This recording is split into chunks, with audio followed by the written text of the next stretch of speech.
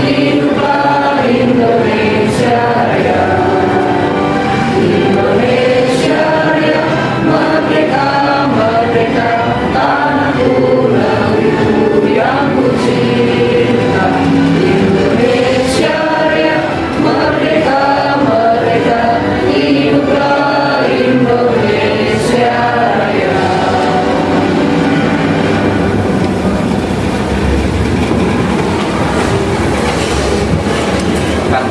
Berapa?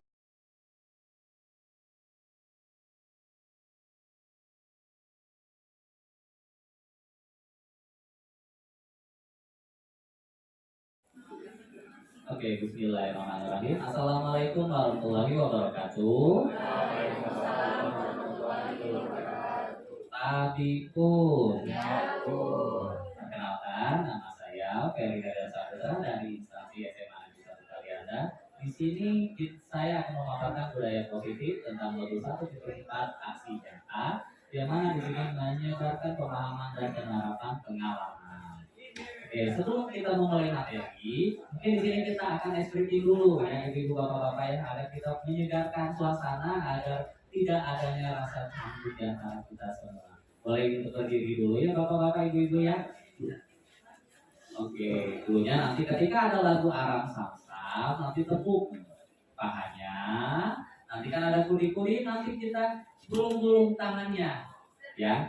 Kalau nanti ada lagu lagi, I like you, nanti kayak gini tangannya, kanan dan kiri. Paham ya, ibu-ibu ya, bapak-bapak ya.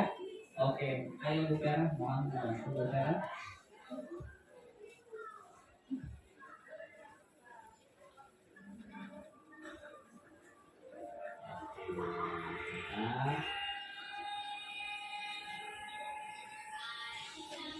Aram sam sam, kuli kuli kuli kuli kuli ram sam sam. Aram sam sam, aram sam sam, kuli kuli kuli kuli ram sam sam. Alam agapi kuli kuli kuli kuli kuli ram sam sam. Agapi kuli kuli kuli kuli kuli ram sam sam. Oke, satu kali lagi.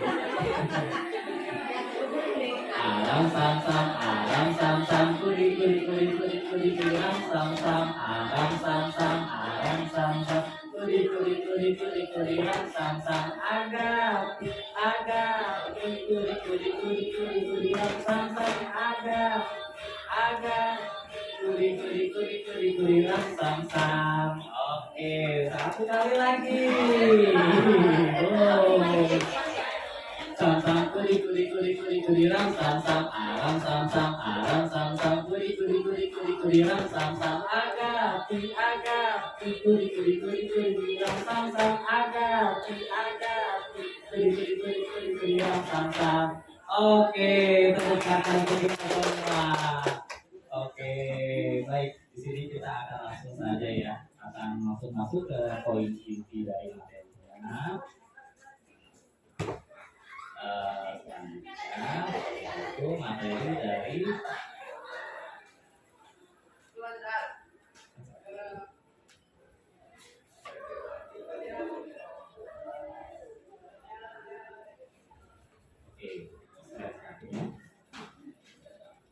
nah, di sini adalah konsep inti budaya positif, gitu ya. Di sini dibagi menjadi 8. Nah, yang pertama adalah perubahan paradigma positif. Yang kedua adalah disiplin positif. Yang ketiga adalah nilai-nilai kebijakan. Yang keempat, kebutuhan dasar manusia. Yang kelima adalah motivasi perilaku manusia. Yang keenam, posisi kontrol guru. Yang ketujuh, keyakinan kelas. Dan yang terakhir adalah segitiga restitusi. Mungkin saat ini dari papan kontrol ini, kita sebagai tenaga pendidik yang ada di sini, kira-kira saat ini kita berada di mana? Apakah kita sudah menerapkan perubahan paradigma positif terhadap siswa? Atau kira-kira di sini kita sudah menerapkan disiplin positifnya?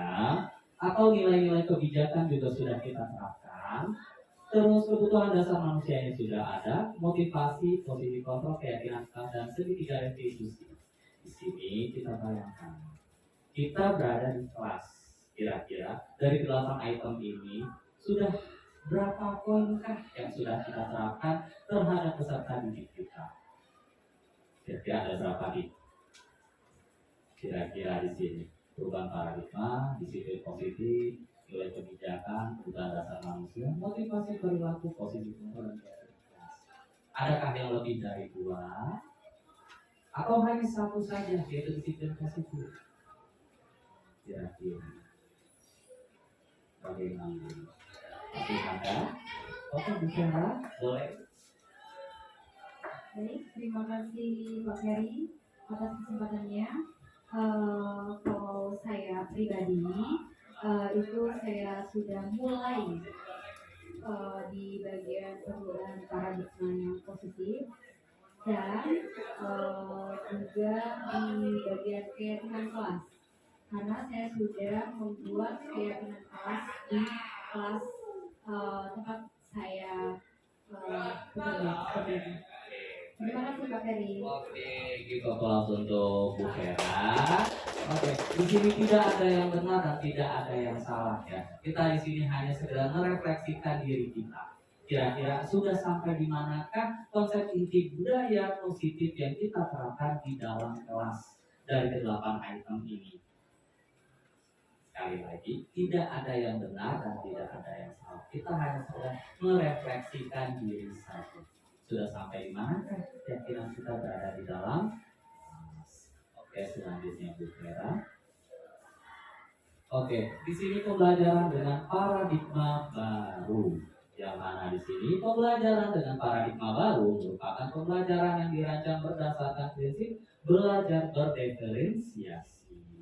Sehingga peserta didik belajar sesuai kebutuhan berdasarkan tahap perkembangan sesuai teori psikologi modern untuk mewujudkan profil pelajar Pancasila.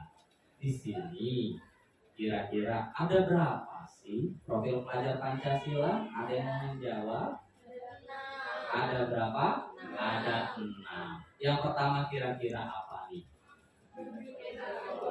Oke, benar. Berkebinekaan global. Yang kedua, bergotong royong. Yang ketiga, kreatif. Yang keempat, bernalar kritis. Yang kelima, mandiri. Yang keenam, beriman dan bertakwa. Dari 6 ini tidak dapat dipisahkan dan semuanya berkolaborasi satu sama lain dan semuanya sangat penting untuk pembelajaran dengan paradigma baru ini. Dan ke-6 item ini selalu kita terapkan tanpa kita sadari. Mulai dari bergotong royong di kelas, apa sih contohnya kira-kira? Pak Sunanda, bergotong royong seperti apa Pak? Kira-kira yang sudah Bapak terapkan selain mungkin pada saat Bapak setiap hari Jumat bersih kelas, ada nggak Pak setiap harinya? Gitu.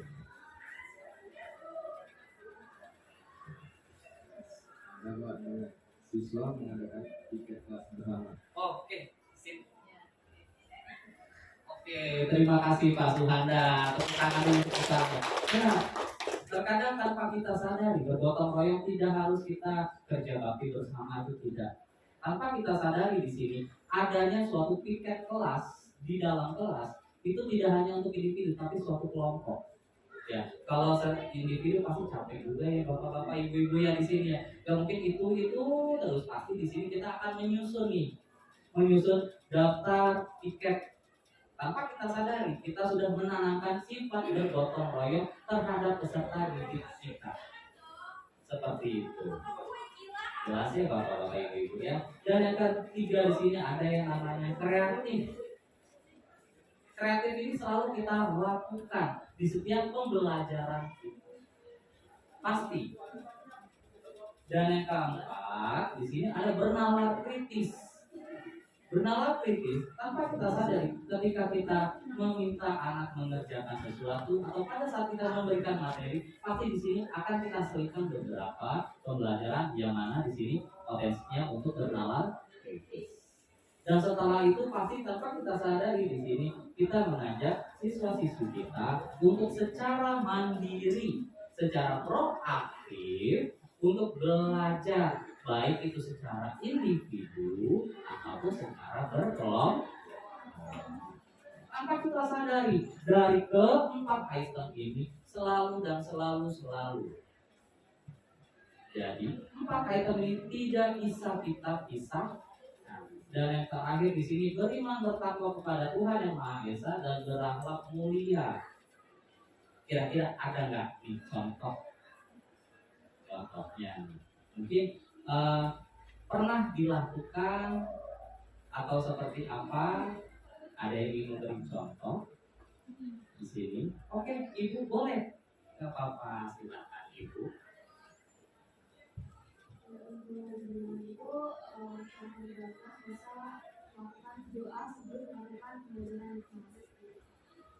Oh gitu, oke. Ibu, bagus banget jawabannya. Beriman bertakwa kepada Tuhan yang Maha Esa dan berakhlak mulia ini tidak hanya kita sholat 5 waktu ya, tapi tanpa kita sadari benar jawaban Ibu tadi. Pasti pada saat kita masuk, memulai itu pasti melakukan yang namanya doa. Gitu, pada Tuhan yang Maha Esa.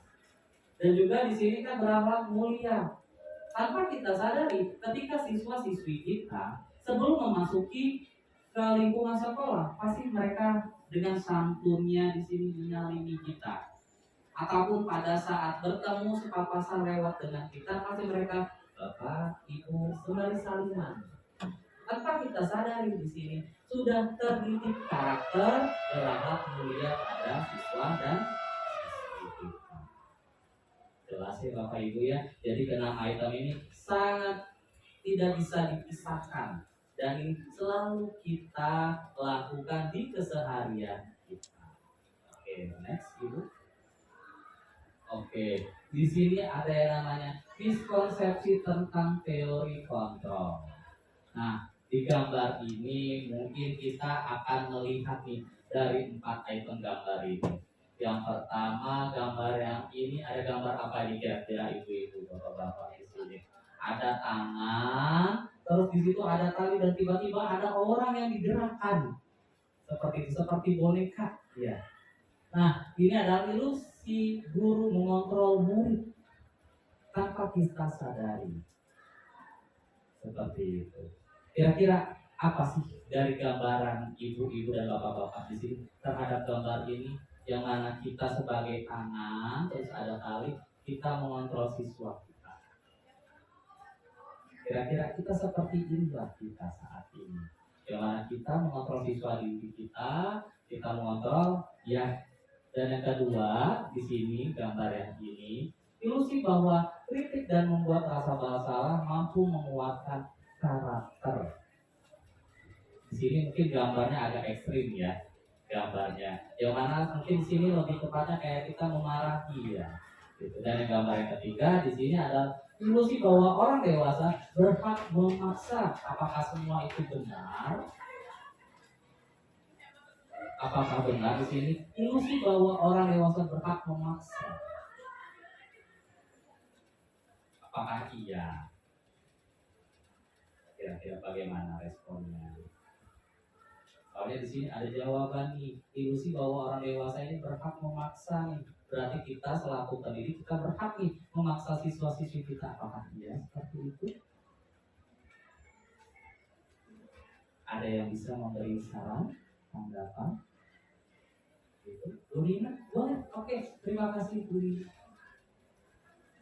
Terima kasih Pak. Izin saya menanggapi bahwa tidak semua orang dewasa itu berhak memaksa karena sejatinya anak-anak kita atau siswa itu juga adalah manusia yang memang punya pemikiran sendiri, punya pendapat sendiri, sehingga kita sebagai orang dewasa itu juga kita perlu bertanya, meminta pendapat mereka atau apa yang mereka mau dan apa yang mereka kehendaki. Jadi ilustrasi di sini bahwa ini adalah ilusi orang dewasa berpemaksa itu menurut saya kurang tepat. Kurang Ya, terima kasih. Oke, tepuk tangan untuk Bu Nina. Oke, benar apa yang diucapkan oleh Bu Nina. Makanya kenapa di sini ada gambar keempat dari ketiga poin ini. Itu kesimpulannya di sini adalah ilusi bahwa semua pengobatan positif, efektif dan bermanfaat. Di sini gambarnya sangat adem ayem ya. Itu yang mana di sini gambarkan seorang bapak guru memberi apresiasi terhadap peserta didik dengan sapa dan santunnya. Yang mana layaknya kita seorang guru di sini kita hanyalah menuntun mereka. Jadi kita di sini tidak berhak memaksa mereka ataupun mengontrol siswa ataupun di sini membuat rasa bersalah yang mana dengan cara yang negatif itu tidak. Ya di sini kita hanya sekedar menuntun mengarahkan mereka ke jalan yang benar. Mungkin seperti itu ya ibu bapak ya di sini. Oke, next ibu. Oke, di sini adanya merubah paradigma stimulus respon ke pendekatan teori kontrol. Yang pertama, stimulus respon tentang dunia. Yang pertama di sini, realitas kebutuhan kita sama. Teori kontrol tentang dunianya adalah realitas kebutuhan kita berbeda.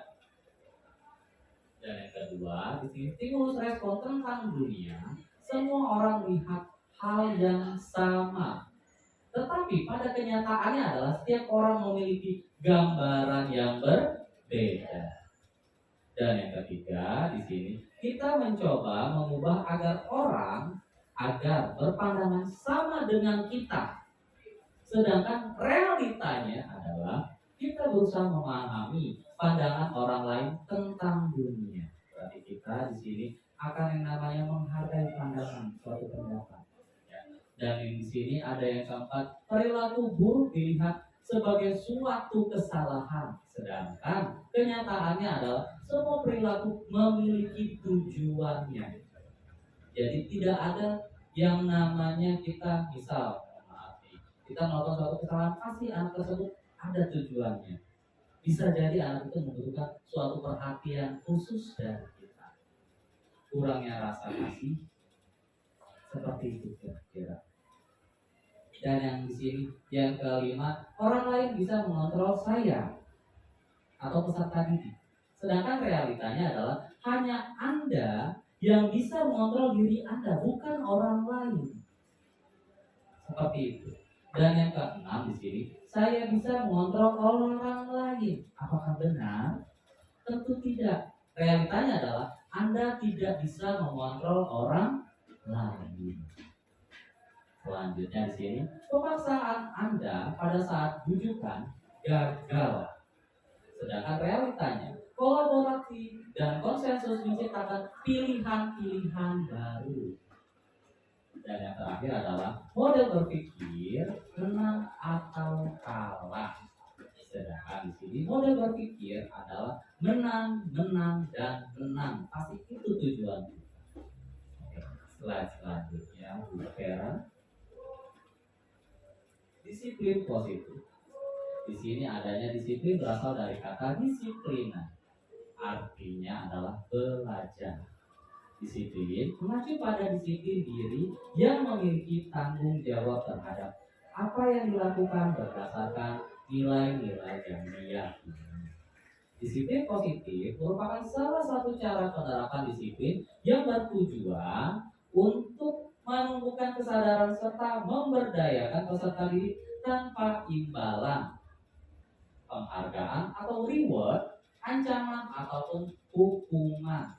Poin utamanya adalah sebagai pendidik, tujuan kita adalah menciptakan peserta didik yang memiliki disiplin diri sehingga mereka berperilaku mengacu kepada nilai-nilai kebijakan universal dan memiliki motivasi intrinsik dalam perubahan perilaku ke arah yang lebih baik.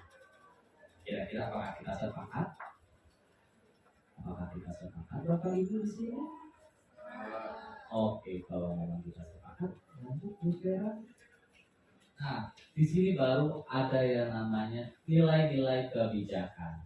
Nilai-nilai yang disepakati bersama, lepas dari suku, bangsa, agama, bahasa maupun latar belakangnya.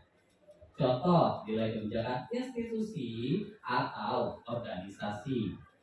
Yang pertama, profil pelajar Pancasila, yaitu beriman, bertakwa kepada Tuhan Yang Maha Esa, dan berakhlak mulia, berkebinekaan global, gotong royong, mandiri, bernalar kritis, dan kreatif.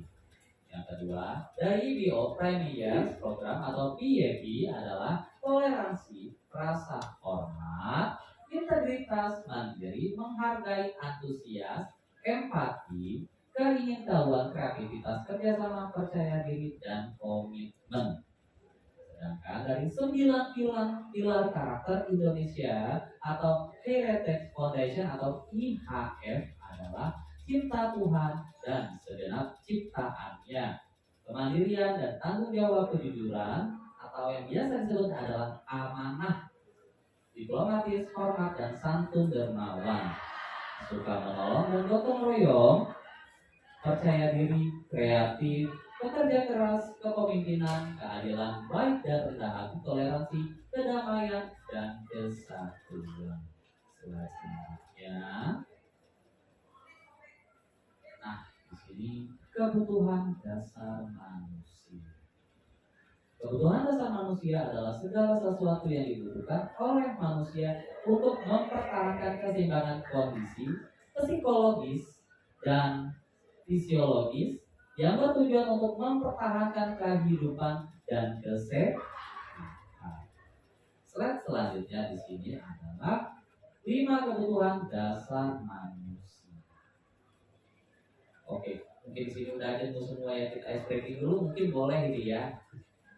Boleh ini ya. Ini kayaknya suasananya agak canggung gitu ya. Suasananya agak canggung ya mana semuanya. Kayaknya boleh kita agak gerak aja dulu gitu, boleh sedikit, tapi sembari duduk saja. Gerak sedikit boleh. Atau kita mau senam bersama boleh. Boleh ya? Bisa ya? Kita bersama ya, kita senam sedikit ya. Ikuti saya boleh? Boleh ya? Senam apa Pak? Nanti. Yang jelas semuanya pasti bakal tahu kok senam kita di sini. Biar suasananya tidak canggung seperti ini. Senamnya pasti semuanya mengerti.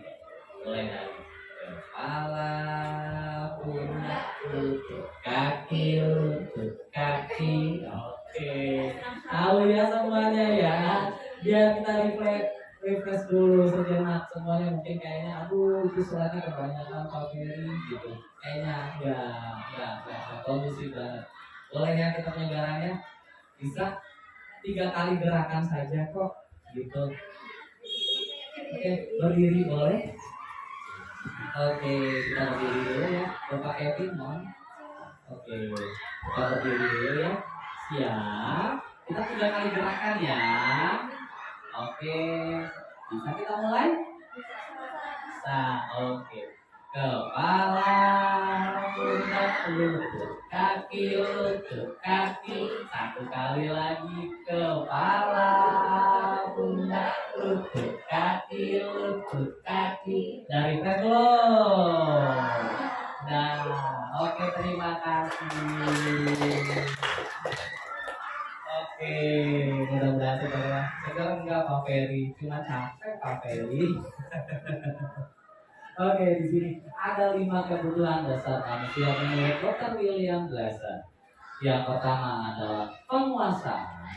Yang kedua di sini adalah kasih sayang dan rasa terima. Yang ketiga adalah bertahan hidup. Yang keempat kesenangan. Dan yang kelima adalah kebebasan. Selanjutnya adalah motivasi perilaku manusia. Di sini ada 3. Yang pertama, untuk menghindari ketidaknyamanan atau hukuman. Yang kedua, mendapat imbalan atau penghargaan dari orang lain. Yang ketiga, untuk menjadi orang yang mereka inginkan dan menghargai diri sendiri dengan nilai-nilai yang mereka percaya. Selanjutnya di sini ada konsep disiplin dengan identitas jaga hukuman. menyakitkan, tidak nyaman, murid merasa takut, memaksa murid, menyembunyikan kesalahan murid, menjadi rendah diri. Sepakat? Sedangkan di sini penghargaan tidak efektif, merusak hubungan, sifat iri, mematikan kreativitas, menghukum dengan sistem ranking, merampas hak menghargai diri. Kita sepakat itu maksudnya seperti ini. Penghargaan tidak efektif, merusak hubungan, sifat iri. Pasti akan menjadi sifat iri terhadap rekan sejawat mereka. Misal contoh, ini contoh aja ya. Anggap ini sebuah emas ataupun coklat. Kemudian saya memberikan pertanyaan, 1 tambah 1 berapa? 2. Yang menjawab pasti akan saya kasih imbalan. Benar? Lanjut lagi, 2 tambah 2 4. Yang menjawab pasti akan saya kasih coklat lagi. 5 tambah 5 10. Yang menjawab akan saya kasih lagi. Begitu seterusnya. Kenapa di sini konsep disiplin dengan identitas gagal, yaitu penghargaan? Pertama, tanpa kita sadari di sini, apa yang kita lakukan pasti akan menanamkan rasa sifat iri. Irinya terhadap siapa? Siswa kita yang tidak pernah ada kesempatan untuk menjawab, ataupun siswa-siswi kita yang tidak pernah ada kesempatan, maaf, itu terus saya ditunjuk bapak, itu terus saya ditunjuk ibu. Tanpa kita sadari, mereka pasti akan ada rasa iri di dalam dirinya, yang pada akhirnya dalam saya maleslah berkreativitas, dalam saya maleslah saya tidak ada kesempatan untuk menjawab. Akhirnya tanpa kita sadari, hal ini menurunkan rasa keingintahuan mereka terhadap penghargaan yang kita kasih. Kenapa? Tidak sebanding dengan jumlah siswa. Seperti itu. Makanya kenapa di sini saya jelaskan penghargaan tidak efektif dan merusak hubungan serta mematikan kreativitas, menghukum sistem ranking, merampas hak menghargai diri. Sehingga siswa-siswi kita yang berada di dalam kelas, mereka merasa tidak nyaman. Adalah si A terus yang menjawab, sudahlah, saya nggak bisa, saya takut jawaban saya ini salah. Benar kan? Pasti itu terus, dan mereka pasti yang ada adalah sifat malasnya. Akhirnya apa? Timbul mereka yang duduknya berada di ujung ataupun tengah, dalam lebih baik saya tidak memperhatikan, saya tertidur. Tanpa kita sadar, lebih baik di sini kita setarakan saja. Bukannya kita tidak boleh menghargai atau mengasih suatu reward, tetapi alangkah baiknya di belakang mereka. Jangan di depan. Bukannya tidak boleh ya ibu. Ini saja yang khawatir. Oke, sepakat? Oke, selanjutnya di sini konsep disiplin dengan konsekuensi. 1. Penguatan jangka pendek perlu memonitor berkelanjutan stimulus atau respon murid, menghormati peraturan kehilangan waktu untuk merenungi kesalahan. Jadi, misal ada siswa kita yang memiliki suatu kesalahan, jangan langsung kita mengungkap, dia salah, jangan. Kita berikan waktu dulu untuk dia menyadari ada tidak rasa salah dari dalam dirinya. Jangan langsung kita menjudge, dia salah. Kita cari tahu dulu akar permasalahannya seperti apa. Seperti itu. Dan di sini adalah restitusinya adalah murid bertanggung jawab untuk perilaku, fokus pada pemecahan masalah. Jangka panjang murid menghormati dirinya dan orang lain. Teori kontrolnya adalah diri memegang kontrol, murid bersemangat memperbaiki kesalahan. Ini yang kita lakukan. Kita mengevaluasi baik dari diri kita dan juga siswa kita. Kita biarkan dulu, kira-kira sadar gak ya anak ini? Seperti itu. Jangan langsung kita judge, oh dia salah. Jangan. Kita kasih dulu clue-cluenya. Apakah dia bisa menyadarinya atau tidak? Kalau tidak, baru kita panggil secara pribadi. Oke, next selanjutnya apa? Oke. Konsep disiplin pendekatan restitusi, sebuah cara menanamkan disiplin positif pada murid. Restitusinya adalah proses menciptakan kondisi bagi murid untuk memperbaiki kesalahan mereka, sehingga mereka bisa kembali pada kelompok mereka dengan karakter yang lebih kuat. Dan ciri-ciri restitusi adalah bukan untuk menebus kesalahan, namun untuk belajar dari kesalahan, memperbaiki hubungan, tawaran bukan paksaan. Restitusi menuntun untuk melihat ke dalam diri. Restitusi mencari kebutuhan dasar yang mendasari tindakan. Restitusi adalah cara yang paling baik. Restitusi fokus pada karakter bukan tindakan. Restitusi fokus pada solusi. Restitusi mengembalikan murid yang berbuat salah pada kelompok.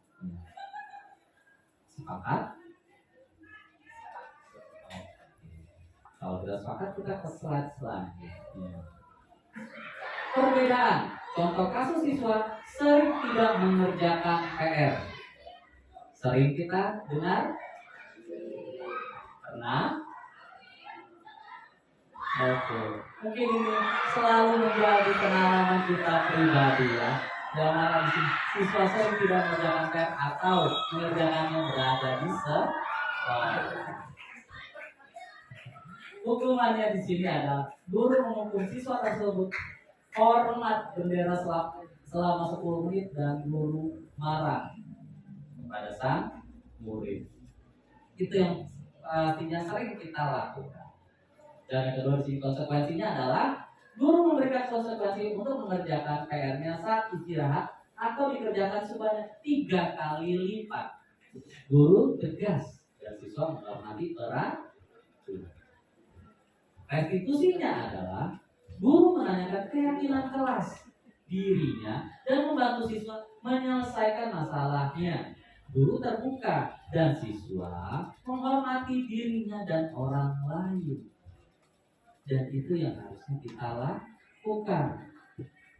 Kita harus menanyakan dulu keyakinan kelas. Kenapa sih, Nak? Ada apa sih, Nak? Atau kurang jelas penjelasan ibu yang kemarin sehingga kamu tidak mengerjakan, atau kamu ada apa? Itu dulu yang kita lakukan. Jadi kita tidak hanya bersifat sebagai teman, tapi bersifat sebagai orang tua. Next selanjutnya ibu. 5 posisi kontrol restitusi. Kita di sini berada di mana nih? Kita nih. Dari 5 posisi ini. Kita berada di mana nih saat ini? Yang sering kita lakukan. Di sini ada bapak-bapak atau mas-mas ganteng ya di sini. Dia lagi membawa palu. Terus di sampingnya ada seorang anak kecil dengan bapaknya. Dan di sampingnya ada teman sejawatnya. Mungkin ini anak kita si Kevin dan sampingnya mungkin itu anak kita si Suhanda. Mungkin seperti itu. Terus ini mungkin anak kita si Gading dan ini mungkin Bu Ina, mungkin seperti itu yang ada di kelas. Dan mungkin ini rekan sejawat kita mungkin seperti itu, Budia dan kawan-kawan mungkin seperti itu ya. Nah kira-kira kita berada nggak? Pernah tidak seperti ini? Apakah kita selalu nih dari 5 item ini? Yang pertama adalah penghukum.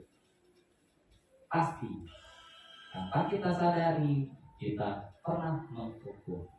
Dan yang kedua, membuat rasa bersalah tanpa kita sadari kita pernah melakukan terhadap siswa kita. Dan yang ketiga, kita pernah mengajak mereka selakunya teman. Ayo nak, kerjakan.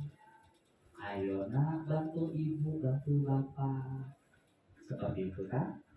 Dan yang keempat di sini, pemantau. Mereka mengerjakan tidak ya tugas yang kita berikan? Pasti. Yang kelima, manajer. Apa yang mereka tidak ketahui, pasti kita akan memberikan suatu solusi. Kita mengarahkan mereka dan kita menuntun mereka. Dan itu yang kita lakukan. Pada saat pembelajaran, anak-anak kerjakan halaman sekian. Pasti kita tidak langsung serta-merta seperti itu. Sebelum kita melaksanakan atau meminta mereka mengerjakan suatu tugas, pasti di sini kita mengasih teorinya dulu. Seperti apa sih? Kita masih buat arahannya dulu, clue-nya dulu. Layaknya kita selaku manajer. Sudah selesai, baru kita arahkan mereka. Nah, kerjakan seperti ini dulu ya. Kalau memang dirasa tidak mampu, silakan tanyakan. Dan itu tanpa kita sadari kita lakukan. Kita di sini sebagai penghukum, pembuat rasa bersalah juga, teman, pemantau dan juga manajer. Sepakat? Oh, ya Bu Vera. Contoh penerapan 5 posisi kontrol, kasus lagi nih. Siswa tidak memakai atribut lengkap saat upacara. Dari 5 item ini, pasti ada salah satunya yang sering kita lakukan. Penghukum. Hei nak, patuhi aturan sekolah, lalu berdiri di depan barisan. Sangat laskam. Pernah. Yang kedua, pemantau. Kamu sudah melanggar. Apa aturan dan konsekuensinya?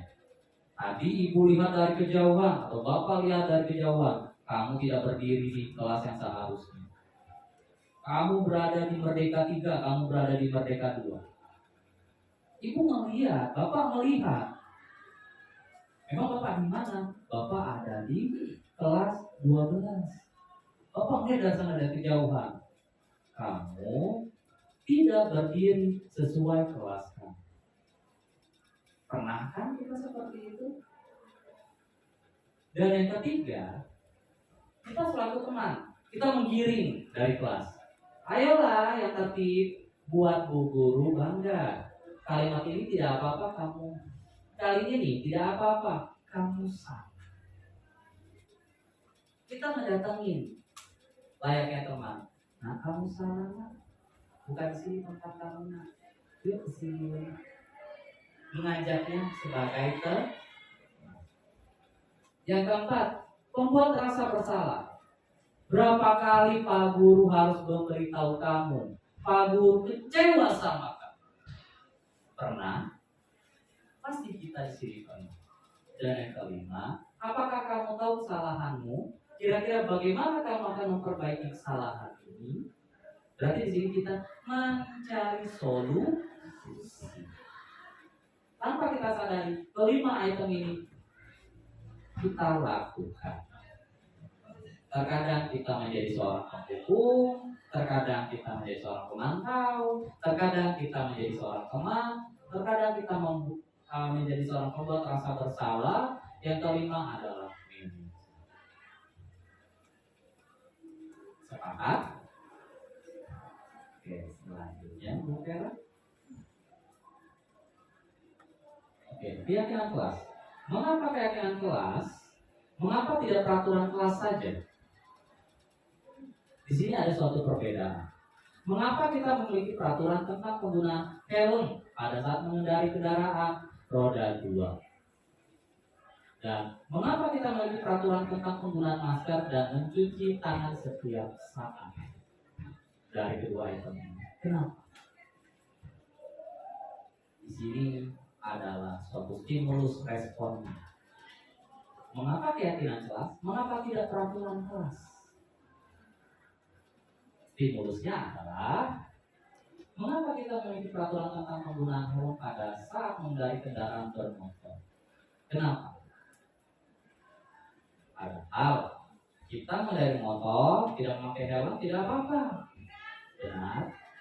Tapi konsekuensinya adalah ketika kita jatuh atau mengalami laka lalu lintas, mohon maaf, hal yang tidak kita inginkan bisa jadi kepala kita bocor dan lain-lain. Begitu juga, mengapa kita memiliki peraturan tentang penggunaan masker dan mencuci tangan setiap saat? Hal yang akan kita lakukan ketika kita sakit, pasti kita akan menggunakan masker. Dan sebelum makan, pasti kita mencuci tangan. Dan itulah kenapa kita harus meyakini keyakinan kelas, bukan tidak peraturan pada kelas. Jadi kita melihat dulu mana yang utama dan mana yang seperti. Oke, selanjutnya Bu Vera. Nah, ini ada 3 contoh kegiatan membuat keyakinan kelas. Guru bersama siswa membuat keyakinan kelas. Yang pertama kita lakukan, tentunya di sini kita berdiskusi tentang peraturan, sepakat? Dan yang kedua, menyusun peraturan menjadi suatu keyakinan. Dan yang ketiga adalah menempelkan keyakinan berada di kelas. Seperti itu. Jadi 3 item ini dulu, berdiskusi dulu, baru nanti kita susun secara rapi.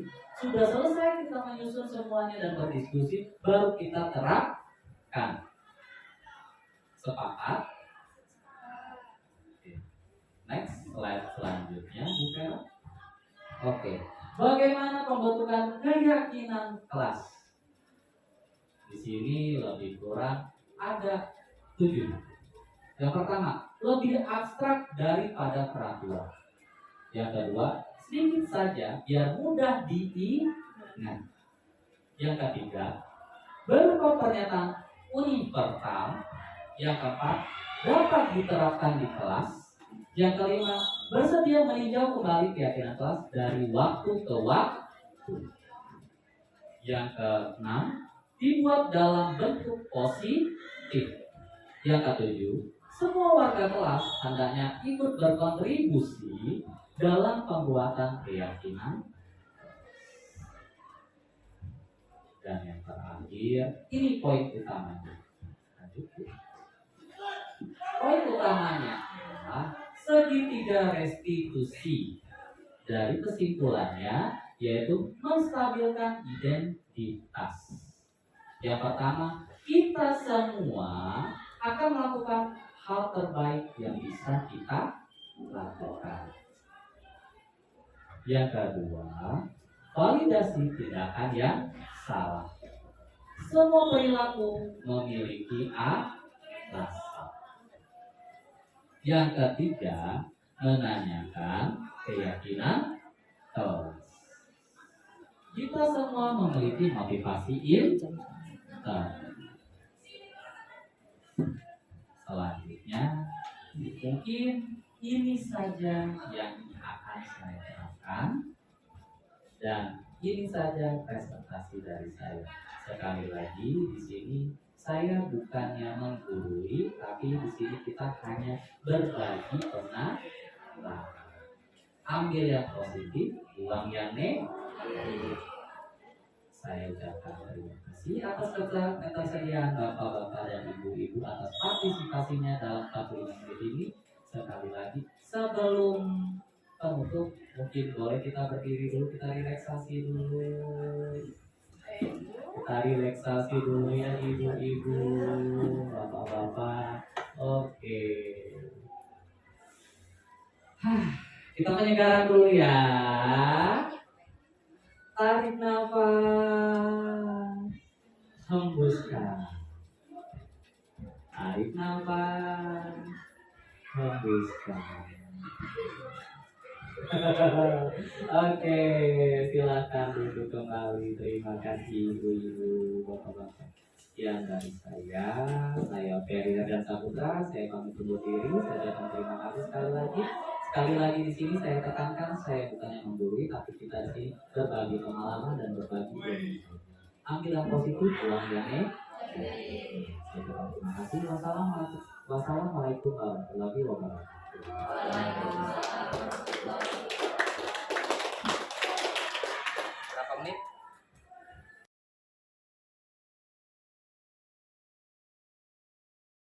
Benar, Bu. Iya, benar. Nah, atau Bu Saparina kita setiap hari Jumat Ibu. Bahasa Arab boleh Ibu. Jadi kalau Amerika di sini katanya la gitu. Tapi emang betul ya waktu pengalaman tadi cerita ya. Iya, Bu. Iya, Bu. Artinya memang pengalaman ketika di Mekah itu gitu ya. Mudah ya gitu. Saya cuma tanya, ada orang yang bawa air gitu kan, sama-sama water, gitu kan, lah, cuma itu aja kok. Iya, kamu begitu. Nah, alhamdulillah. Alhamdulillah.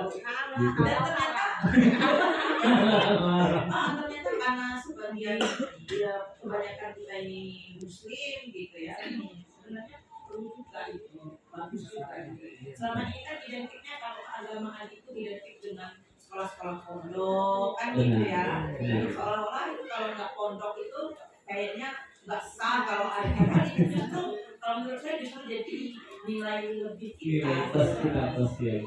Seperti itu. Untuk saya sih Pak, Iya, bahasa benar. apa bukan cuma bahasa Inggris boleh. Bahasa Inggris boleh ini atau bahasa Arab. Jadi tidak ya lah nama apa tadi ini? Lah haram. Selama ini itu Baik. Untuk masalah yang tadi itu bagus sih. Sebetulnya kita sudah kita lakukan dulu ya, karena kan memang dulu kita mata pelajaran muluknya memang ada bahasa Arab. Jadi memang kita kembangkan. Memang juga ada kelas khusus yang memang dia kayak unggulan bahasa Arab. Cuma karena sekarang sudah nggak ada muluknya, jadi mau dijangkapan juga susah gitu. Kalau dulu alhamdulillah banyak yang pintar bahasa Arab karena memang saya juga dispesialisasikan oleh Depak itu anak-anak dikasih waktu. Iya. Gitu. Tapi kalau sekarang nggak bisa kayaknya karena memang muluknya nggak ada. Jadi anak-anak nggak bisa untuk berusaha untuk bisa belajar itu aja. Siap. Iya. Mungkin di sini poin kita adalah di sini insya Allah amin ya, mudah-mudahan ya di sini kita ada titik temu dan titik cerahnya dan ibu juga di sini menyetujuinya ya Bu ya. Yang penting kita di sini konsisten. Alhamdulillah Ibu. Naam. Rahim tuh rahim. Minimal waktu membuka pelajaran pakai bahasa wajib kan? Ya benar wajib waktu itu. Kalau salah bilang malu. Aduh ya Allah, aku jadi flashback di sini. Yang penting kita di sini sangat konsisten ya ibu-ibu ya di sini yang bapak-bapak ya. Apa yang kita impikan, apa yang kita inginkan di sini tercapai. Amin. Yang terpenting di sini kita konsisten. Selanjutnya di sini adalah merancang prakarsa perubahan, yang mana apa inisiatif perubahan yang dapat dilakukan bersama untuk mencapai visi sekolah. Tidak selalu dan tidak serta-merta menggunakan bahasa Indonesia saja, ataupun tidak menggunakan bahasa daerah saja seperti itu. Nah, di sini ada sebuah pertanyaan yang mana apa inisiatif perubahan yang dapat kita lakukan bersama-sama untuk mencapai visi sekolah tersebut. Kira-kira di sini adalah clue-nya adalah meningkatkan. Nah, yang seperti apa? Mungkin Yang sesuai dengan yang tadi barusan ya, Ya. Pak Heri. kira-kira Bagaimana? apa nih? Apa Ibu Nelly? Ada Bu Nelly atau Ya, kita harus bisa mengajak peserta didik atau murid-murid itu untuk ikut terlibat. Jadi kayak misalnya yang program-program itu ya harus sering disosialisasikan dan anak-anak juga diajak kalau misalnya English Day ya harus berani loh nak berbahasa Inggris, yang pikirin grammar Iya. salah atau tidak grammarnya ya nggak penting lah ya, setahu kalian aja campur-campur juga bisa dimix gitu karena nggak semua kata mereka kan tahu bahasa Inggrisnya. Nah itu kendala mereka kalau untuk berbicara itu kan harus mikir dulu mau ngomong apa terus bahasa Inggrisnya apa, nah itu akhirnya jadi lama. Iya benar. Nah, dulu pernah ada memang program English Day waktu zaman ketua OSISnya Andika ya, Benar. almarhum Andika Destiawan dan Andika yang sekarang.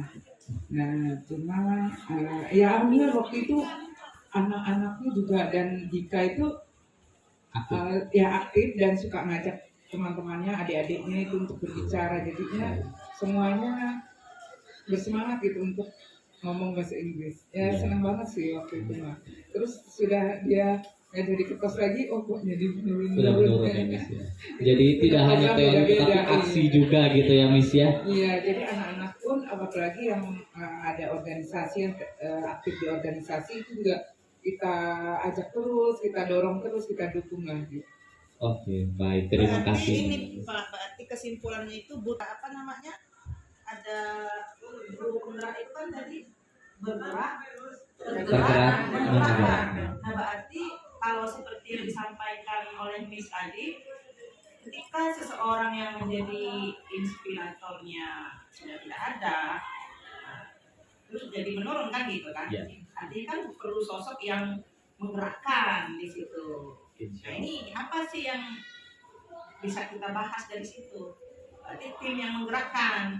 Nah ini yang perlu kita ubah berarti secara bersama-sama. Kalau tadi munculnya dari siswa, nah siswa itu kan akan berganti terus nih. Berarti kan tidak boleh kita serahkan sepenuhnya kepada siswa. Kalau seperti itu, gitu. Artinya membudayakannya belum sepenuhnya berbudaya, berarti kan belum membudaya itu. Iya. Ketika dia sudah membudaya, mestinya siapapun ketua OSIS-nya misalnya, dia tidak berpengaruh, artinya tetap berjalan. Nah artinya itu awalnya mulai tumbuh. Nah mulai tumbuh tinggal memupuk pembudayaan. Nah pembudayaan di sini berarti membutuhkan sosok penggerak yang menggerakkan itu. Nah, ini yang harus kita cari solusinya bersama-sama. Kalau seperti itu, kalau misalnya hanya kita serahkan kepada OSIS misalnya, berarti kita sudah pernah nih pengalaman. Anak tadi baru bertumbuh, belum membudaya betul, bisa jadi layu kan sebelumnya, artinya kan gitu. Artinya perlu nanti.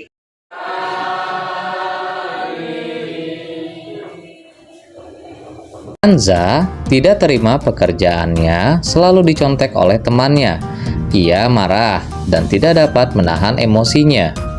Berikut penjelasannya. Kenapa Bapak panggil ke sini? Tadi Bapak dapat laporan nih dari ketua kelas kamu. Katanya kamu di kelas habis ribut. Benar? Kenapa? Saya kesel banget sama Ican, karena dia nyontek rekan saya sama tugas saya. Ican nyontek. Iya, Kenapa?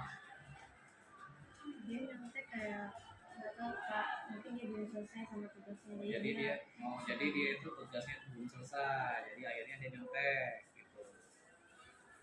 Kamu tahu nggak hal apa yang kamu bangga dari kegiatan kelas? Apa ya? Saling menghormati antar. Kira-kira nih hal apa yang akan kamu lakukan jika misal ada teman yang berbuat seperti itu lagi? Saya harus bersabar. Lebih sabar ya.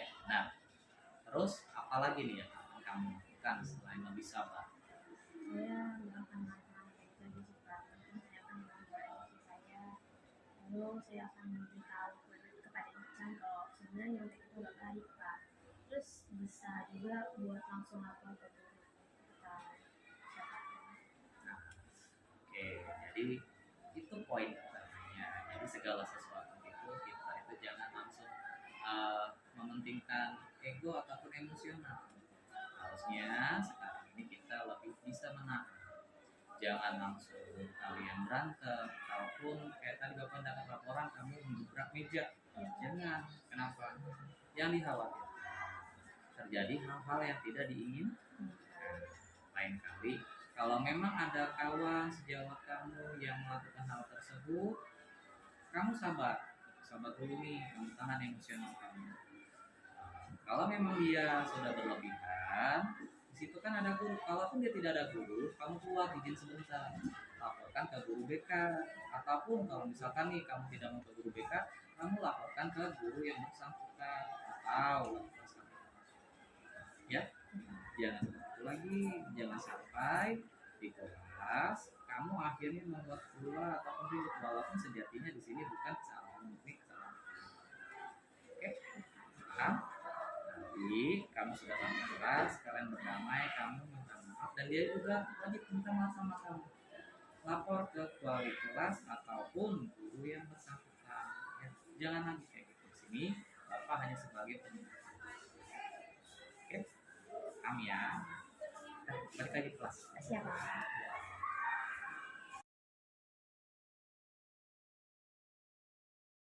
Hasil akhir dan tanggapan siswi. Saya senang diajak berdiskusi oleh Pak Ferry untuk dapat mengendalikan diri dari amarah karena perilaku teman sekelas saya. Saya harus belajar lebih bersabar dan menghormati antar teman.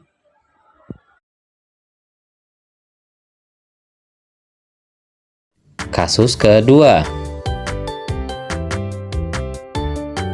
Hasbi terkena ejekan atau bullying sehingga tidak bisa mengontrol emosi lagi dan pada akhirnya terjadi keributan di dalam kelas. Bapak dapat kabar yang kurang mengenakan dari teman-teman kelas kamu, mulai dari pengarah, sekretaris, dan wakil. Mereka laporan ke Bapak. Kenapa? Di sini kan Bapak sebagai wali kelas. Pada saat laporan katanya Hasbi membuat keributan. Di sini Bapak ingin dengar langsung alasannya kenapa. Itu di kelas ada sedikit bahasa bully. Saya itu nggak bisa nanya saya, terus saya melempar barang ke arah si pembuli, hampir saja mengenai si pembuli. Oke. Jadi intinya di sini kamu ribut karena ada sedikit bahasa bully ya. Iya Pak. Akhirnya kamu hampir berantem. Benar? Benar Pak. Bapak tidak membenarkan apa yang kamu lakukan. Kamu tahu nggak sih keyakinan kelas apa yang kamu lakukan? Saling menghargai antar teman Pak.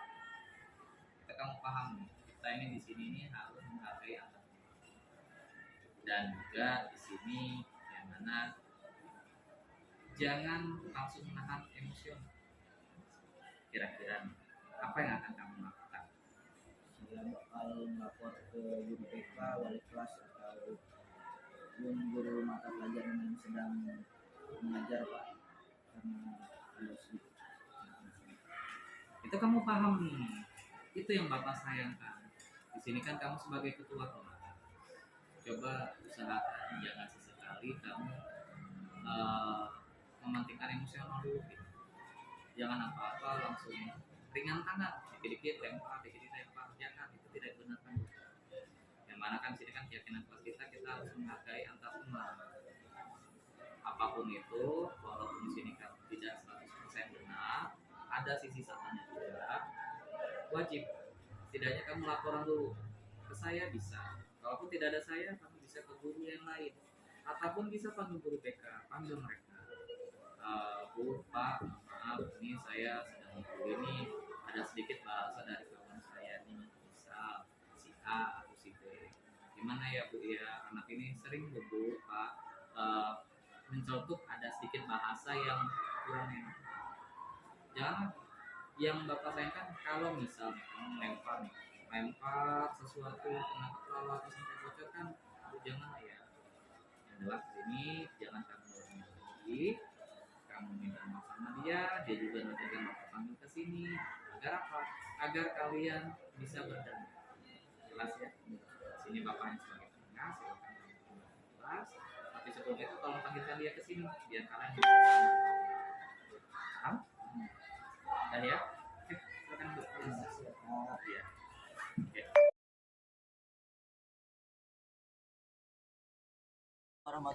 Berikut tanggapan siswa. Saya senang diajak diskusi oleh Pak Ferry untuk dapat mengendalikan diri dari amarah karena perilaku teman sekelas saya. Saya harus banyak belajar bersabar dan menghormati teman-teman saya.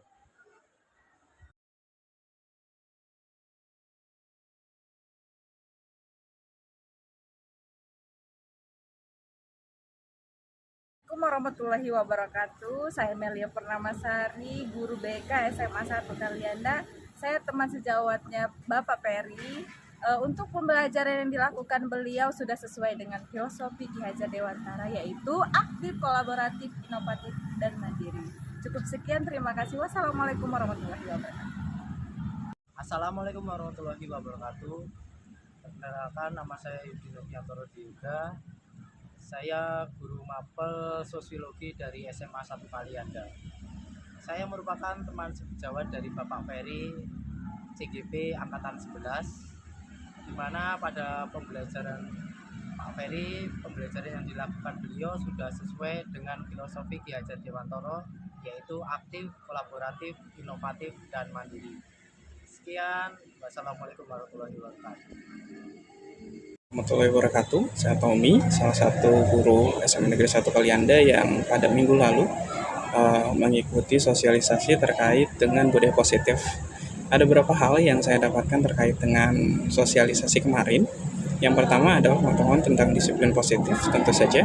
Lalu ada 5 kebutuhan dasar manusia, ada motivasi, ada posisi kontrol guru, dan juga segitiga restitusi. Di mana kelima poin ini akan sangat membantu saya selanjutnya dalam proses pendidikan ya bagi peserta didik gitu. Baik itu dalam pengelolaan kelas, baik itu dalam mengenal masing-masing karakteristik dan lain sebagainya yang pada akhirnya nanti bermuara pada pengembangan potensi masing-masing peserta didik. Seperti itu. Terima kasih.